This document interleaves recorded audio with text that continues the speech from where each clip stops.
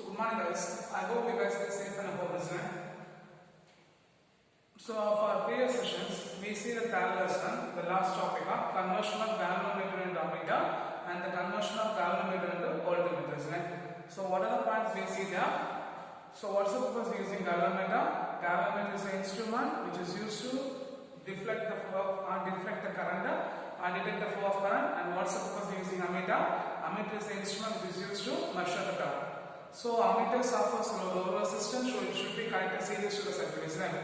So how the galvanometer can be converted into ammeter? The galvanometer can be converted into ammeter by connecting a low resistance parallel to it, isn't it? By connecting a low resistance parallel to it, isn't it? Then next we see the galvanometer to voltmeter, isn't it? If it is a what's the purpose of using voltmeter? Voltmeter is an instrument which is used to measure the potential difference across the circuit, isn't it? It is used to measure the potential difference across the circuit. Then the potential difference offers a high resistance, so it should be connected parallel to the circuit, isn't it? It should be connected parallel to the circuit. Then we see that what's the point? We see that how the galvanometer can be converted into voltmeter. The galvanometer can be converted into voltmeter by connecting a high resistance series to it, isn't it? What is that? The galvanometer can be converted into voltmeter. What is that? The galvanometer can be converted into voltmeter by connecting a high resistance series to it, isn't it? Isn't it? So these are the points. We explained the conversion of galvanometer to ammeter and conversion of galvanometer to voltmeter in the previous session. And today's class we are going to see the fourth lesson, electromagnetic induction and alternating current. Okay. Today we are going to see the fourth lesson, the electromagnetic induction and alternating current. So for our previous sessions, for our previous lesson, what are points we see that? We see the various magnetic properties. Then we see the properties, types of materials. Then we see the current, when the current will be flowing through the galvanometer, when the current will be flowing through a conductor, producing a magnetic field. Then we see the solenoid. Then we see the toroid. Then force on current carrying conductor, force between the two long parallel wires, cyclotron, magnetic levels force. Then last we see that ohmmeter galvanometer, then conversion of galvanometer to voltmeter, conversion of galvanometer to ammeter, isn't it? So for our previous classes, we find what's the point is Hans Christian Daniel Steinitz, Hans Christian Oersted prove that. What's the point he proved that? Whenever the current flow through the conductor, is that whenever the current flow through the conductor, it producing a magnetic field, isn't it? He successfully explained by his experiment. He proved that whenever the current will flow through the conductor, it producing a magnetic field. And also the Ampere shows that, isn't it? Ampere shows that when the current carrying circular loop is the current carrying circular loop is behave like a bar magnet, isn't it? The current carrying circular loop is behave like a bar magnet. These are the previous sessions. They will be by doing the experiment they successfully proved that. So scientists think about the converse effect. What is that? By converse effect, by changing the magnetic field, how we can produce an electric current. Okay, this leads there will be many of us scientists will do the experiment on the converse effect of this electric effect of current. Okay, by changing the magnetic field or by altering the magnetic element, we can producing electric current. So they will be successfully explained by Michael Faraday and Joseph Henry. What is that? They read the phenomena and they will be successfully explained by Michael Faraday and Joseph Henry. Okay, these are the scientists. What is that? Michael Faraday and Joseph Henry. Okay, they are successfully explained by altering the magnetic field or by changing the magnetic field, we can producing a electric current. So they are by the successful they read the phenomena of a new concept is called as the electromagnetic induction. So by changing the magnetic field, we can producing an electric current means that phenomena is called as the electromagnetic induction. The phenomena is called as the electromagnetic induction. Okay. So in the year 1831, what is that? In the year 1831, the Michael Faraday credited the discovery of electromagnetic induction. Okay, in the year 1831, the Michael Faraday credited the discovery of electromagnetic induction. So for our previous sessions, we see that whenever Hans by doing the experiment of Hans Christian Oersted, we do that whenever the current will be flowing through the conductor, producing a magnetic field, and also the answer shows that the current carrying loop is behaving like a bar magnet. Current carrying loop is behaving like a bar magnet. After the scientists think about the converse effect of electric current, or they thought about the reverse effect. If you are changing the magnetic field, how we can producing a electric current? So by doing the successful experiments, they lead the phenomena. The phenomena is called as electromagnetic inductions, in which one of the two important scientists, one is Michael Faraday and another is Joseph Henry. In the year of 1831, Michael Faraday created the discovery of electromagnetic inductions. Electromagnetic induction. Okay. So before we are going to see the electromagnetic induction, first you have to see that what is moving magnetic flux. Okay. Guys, what is moving the magnetic flux? Guys, what is moving magnetic flux? I hope in the first lesson we learned the electric flux. So electric flux on area A is defined as the amount of the number of electric field lines passing through the area. What is that? The number of electric field lines passing through the area normally the passing through the surface is called as electric flux. So what's the expression is that phi vector is equal to what is that? Phi is equal to integral of E vector dot dA vector, isn't it? E vector dot dA vector on dS vector. We see that, isn't it? Similarly, for this lesson we have to see about the magnetic flux. So what is the magnetic flux? The magnetic flux for the area A. What is that? The magnetic flux for the area A is defined as the number of magnetic field lines. The number of magnetic field lines passing through the area normally. What is that? The number of magnetic field lines passing through the given area normally. That's called as a magnetic flux. So guys, what is the magnetic flux? The magnetic flux is defined as what is that? The magnetic flux is defined as the number of magnetic field lines passing through the given area normally. That's called as a magnetic flux. So phi of B is equal to the integral of V vector dot dA vector. Here the integral represents the what is that? The integral represents the taken or the integral is taken integral is taken over the area dA. Integral is taken over the area A, and theta is the angle between the magnetic field and the surface. Theta is the angle between the magnetic field and the area. So if you take the term is what we get phi of B is equal to integral of B dot dA into cos theta. What is that? D dot dA into cos theta. So for angle theta is equal to 0, cos 0 is equal to 1. If the angle between if the magnetic field will be perpendicular to the surface, what is that? If the magnetic field will be perpendicular to the surface, or the magnetic field will be normal to the surface, theta is equal to 0, cos 0 is equal to 1. So if you substitute what we get, phi of D is equal to B integral of B into dA. So if you take it as B into outside is what we get, phi of B is equal to what is that? Phi of B is equal to B into integral of dA. So the magnetic flux phi of B is equal to B into A. And the unit of magnetic flux is equal to what is that? The unit of magnetic flux is equal to Tesla meter square or Weber. Tesla meter square or Weber. Okay, 1 Tesla meter square is equal to what is that? 1 Tesla meter square is equal to 1 Weber. Okay, 1 Tesla meter square is equal to 1 Weber.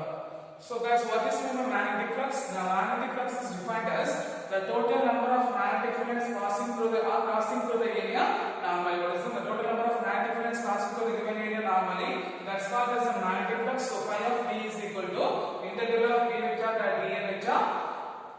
So dA represents the integral taken over the area, and the dA, what is the theta, is the angle between the magnetic field and the surface. So integral of B into dA cos theta, theta is equal to 0, cos 0 is equal to 1.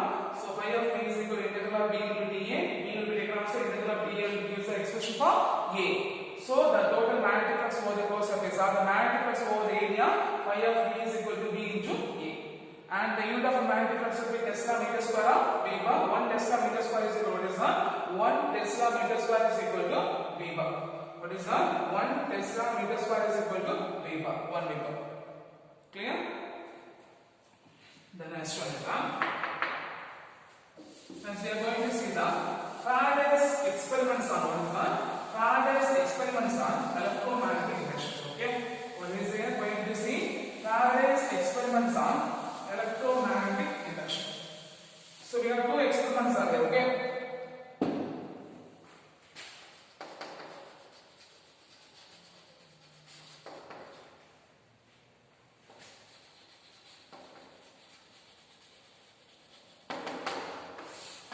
So first experiment.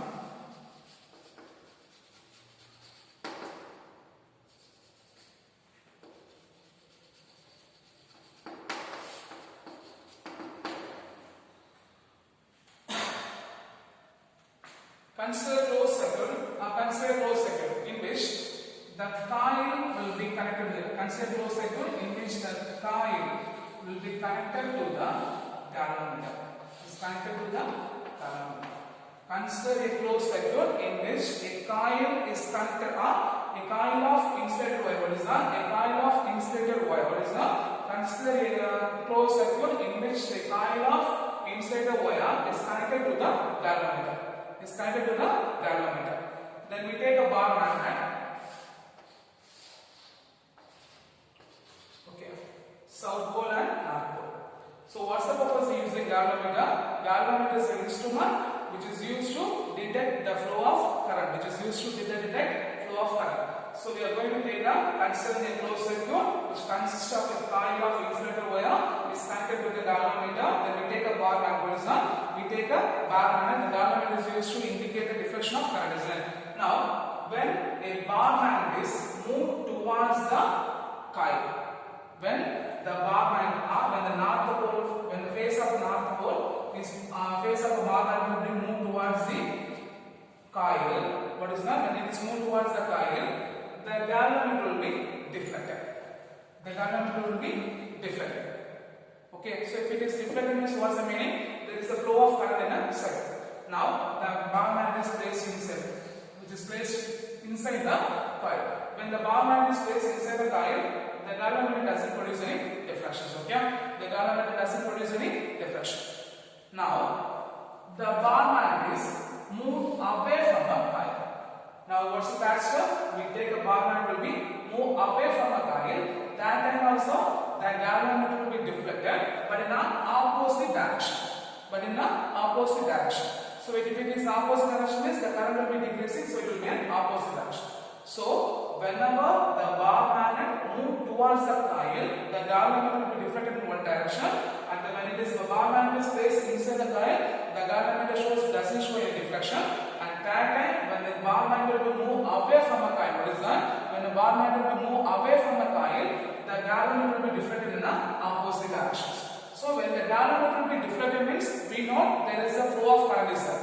So whenever the bar magnet move towards or move away from a coil, the galvanometer will be deflected. First one. In case if the face of a bar magnet will be reversed, if the pole of a bar magnet will be reversed, the pole of a bar magnet will be, this will be a south pole and this will be north pole. It will be moved towards the coil or move away from the coil. The galvanometer will be deflected in a reverse direction. So whenever the bar magnet move towards the coil or move away from a coil, okay, the bar magnet will be deflected. That's the second point. And for that point, we keep the bar magnet will be fixed. Now we move the coil towards the bar magnet or move away from the bar magnet. What is that? We move the bar magnet, we take a coil, move the coil, move towards the bar magnet or move away from the bar magnet. What happens there? The galvanometer will be deflected. When it is moved towards the bar magnet, the galvanometer will be deflected in one direction. When we move the coil away from the bar magnet, the galvanometer will be deflected in the opposite direction. So whenever there is a relative motion between the coil and bar magnet, what happens? The EMF will be induced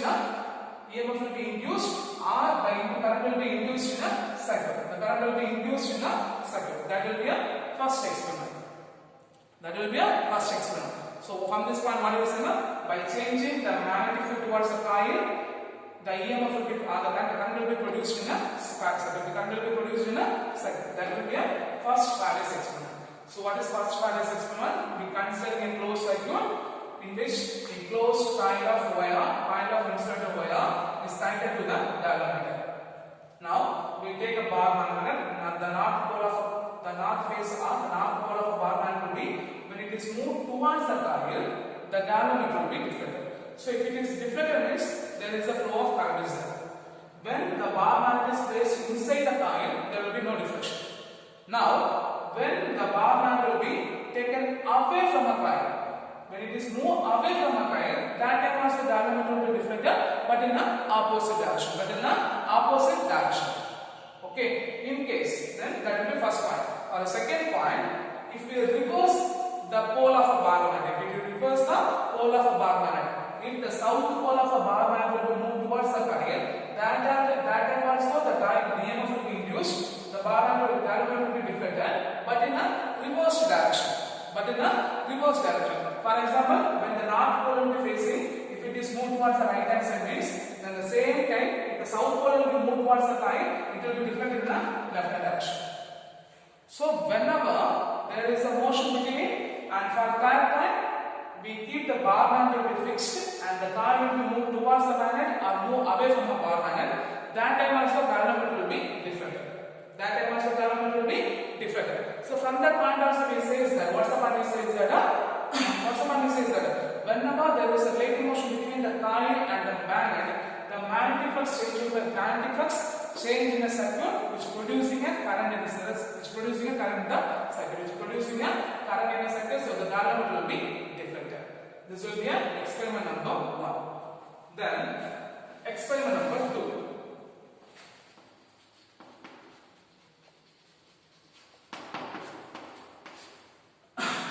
Construct two coils. For a coil, the coil 1 is connected by the battery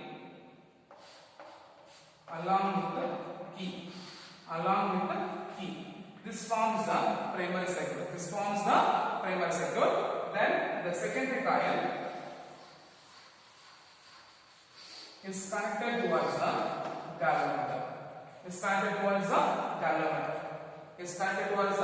galvanometer. So when the key will be open. When the key is open, battery is switched on, the current I will be passing towards circuit. There will be no deflection in the galvanometer. Okay. Now the key is closed. When the key is closed, the current will be flow towards the first coil. Primary coil will be increasing. When the current will be increasing, there is a deflection in the galvanometer. Now the current will be passed towards the coil, so the current will be steady state. There is no deflection in the galvanometer. Now when the key will be, when the key will be open, the current start to decreasing. At the moment there is a deflection in the galvanometer. There will be a deflection in the galvanometer. So when the current will be increasing in the primary coil, there is a deflection in the secondary coil. When the current reaches the steady state, there is no deflection in the secondary coil. When the current will be start to decreasing, that time there is a deflection in the secondary coil. So when the current will be increasing, there will be deflected towards the one side. When the current will be decreasing, there is a deflection in the opposite side. So whenever the current will be changed in the coil, whenever the current changes in the primary coil, there is a EMF will be induced in a secondary coil, which producing, the current is called as the induced current. Okay, this phenomenon says that whenever we are changing the current flow through the coil, which produces the magnetic flux in the primary coil changes, so it producing a magnetic flux in the secondary coil, which producing a EMF will be induced. So whenever the magnetic flux linked with the closed circuit changes, whenever the magnetic flux linked with the closed circuit changes, an EMF will be induced, okay, which producing a current, which leads to develop a current. The current is called as the induced current, and the EMF is called as the induced EMF, and the phenomena of producing an induced EMF is called as the electromagnetic induction. The phenomena of producing an induced EMF is called as the electromagnetic induction. Clear? So what is mean by electromagnetic induction? Whenever the magnetic flux linked with the closed coil changes, and EMF will be induced. This leads to producing a current. The current is called as the induced current, and the EMF is called as the induced EMF, and the phenomena of producing an induced EMF is called as the electromagnetic induction. What is that? The phenomena of producing an induced EMF is called as the electromagnetic induction. So how there will be changes means when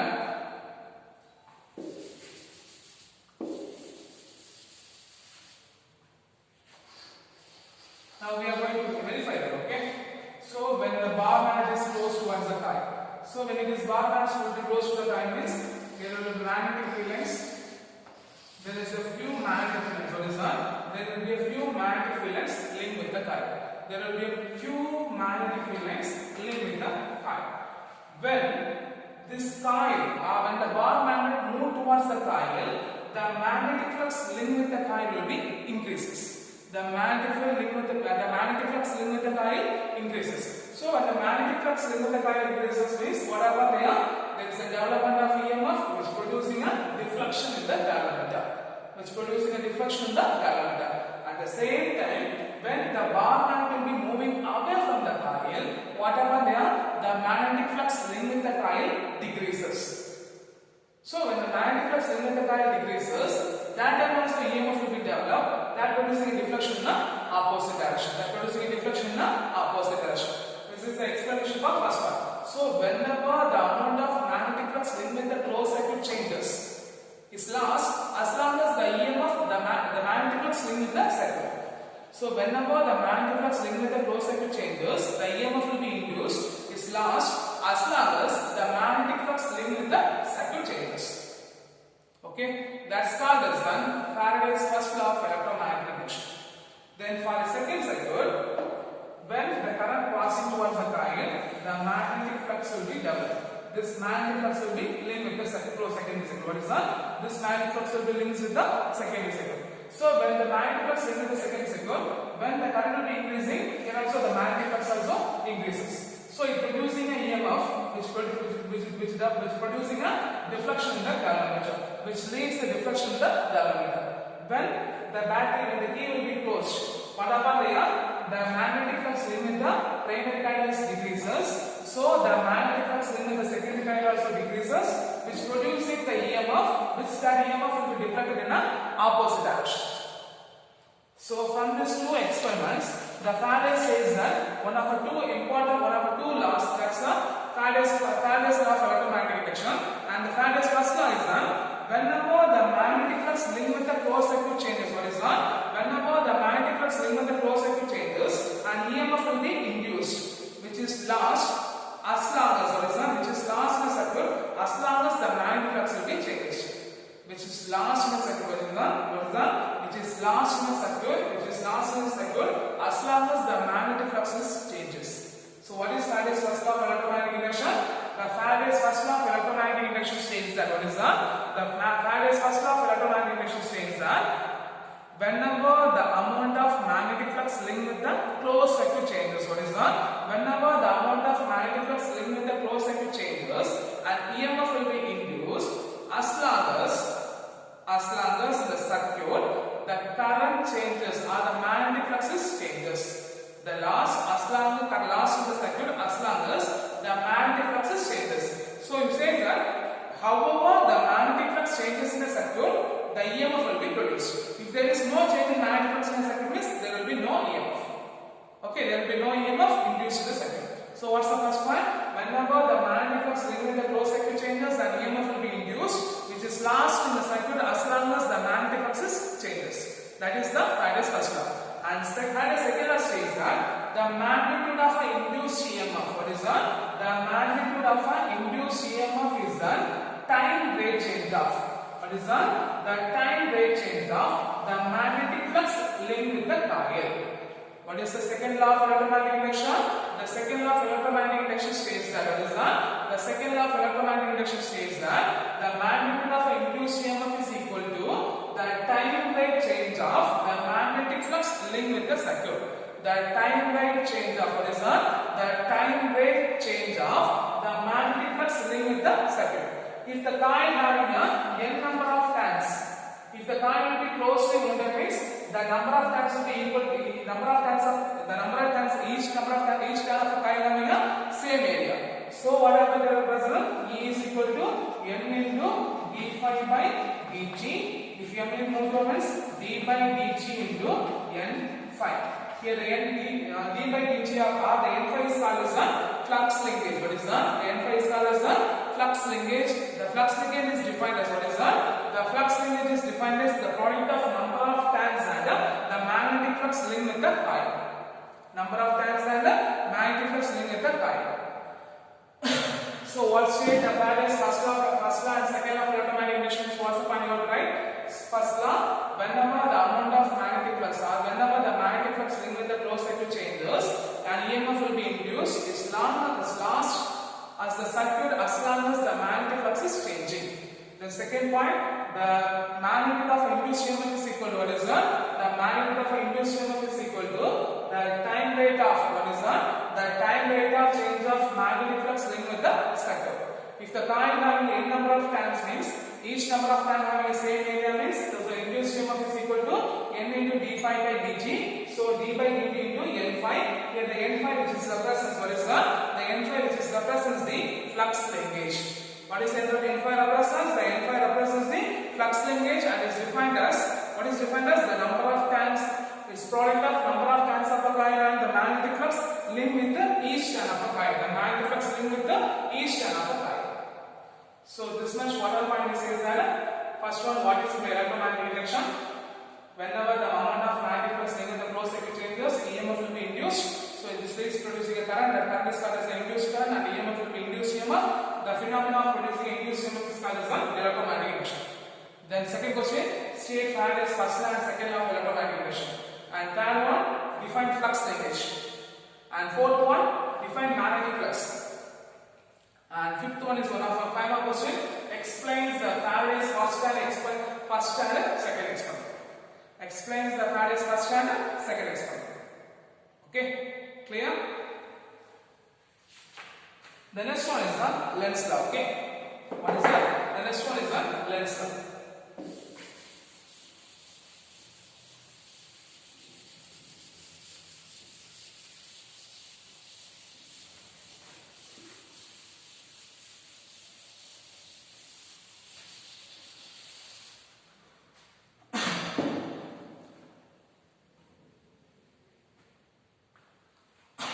Then the next one is the Lenz law.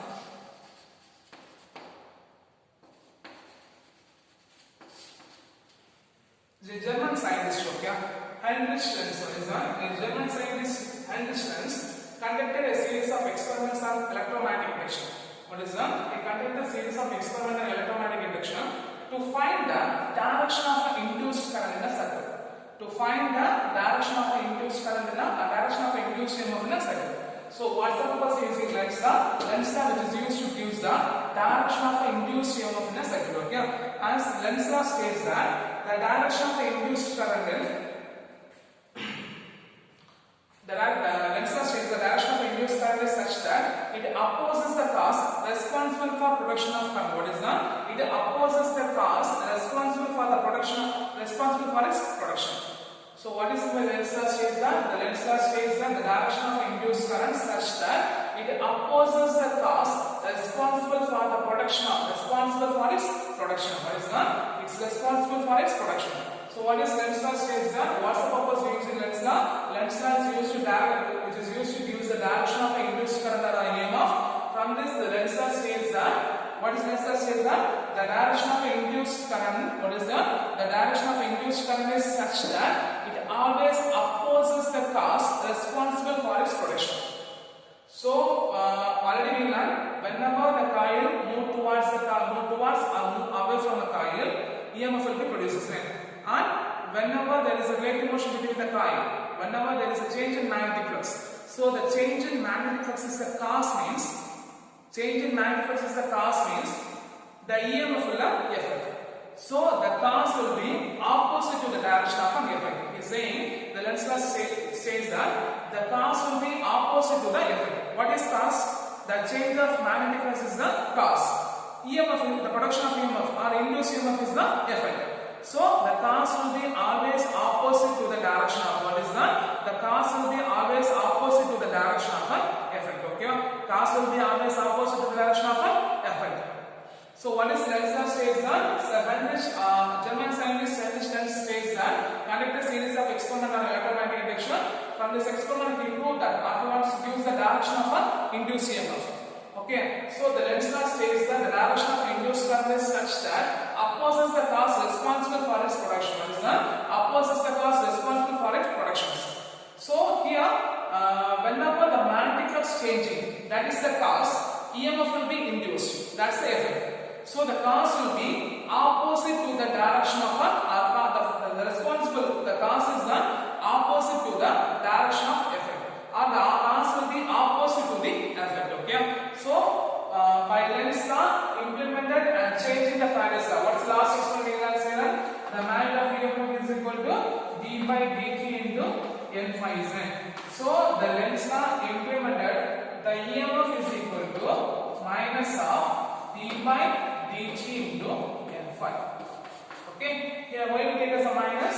Because induced EMF is an effect, the rate of change is the cause, so the cause will be opposite to the direction of an effect. The cause will be opposite to the direction of an effect. So he makes by doing an experiment. What's the experiment we doing means? We take one uniform magnetic field. We take a uniform magnetic field.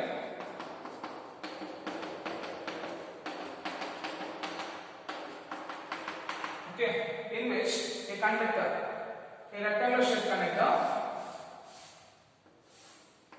A, B, C, D, in which the arm AB will be movable. Okay, in which the arm AB will be movable.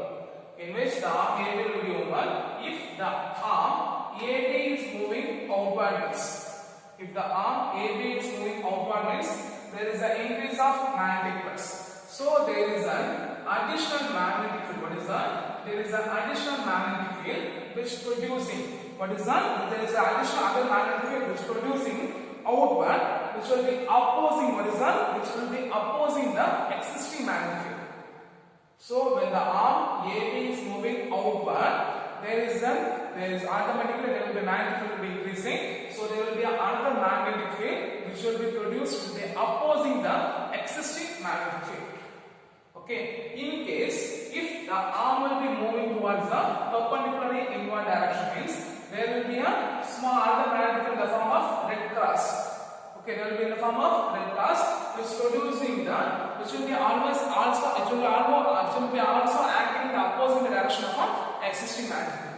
So from this experiment we prove that the direction of magnetic field, what is that? So the direction of the induced current will be always opposes the cause responsible for its production. Okay, here I will say explain experiment 1 only.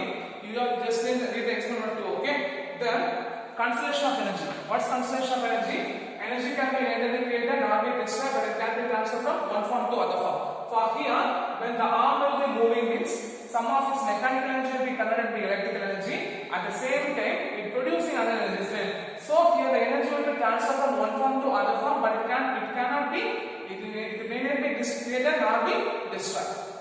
Okay, and the last one is Fleming right hand rule. Okay, the last topic is Fleming right hand rule.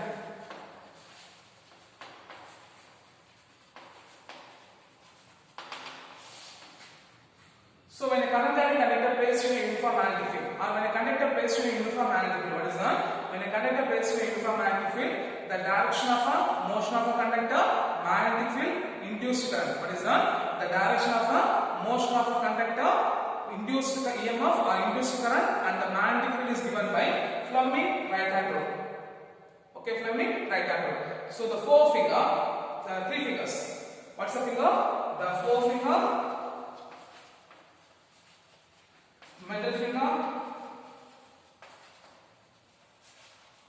thumb. The forefinger, middle finger, thumb, which held mutually perpendicular to each other. In which the forefinger, which represents the direction of a magnetic field. The forefinger, which represents the direction of a magnetic field, and the middle finger, which represents the direction of a induced current.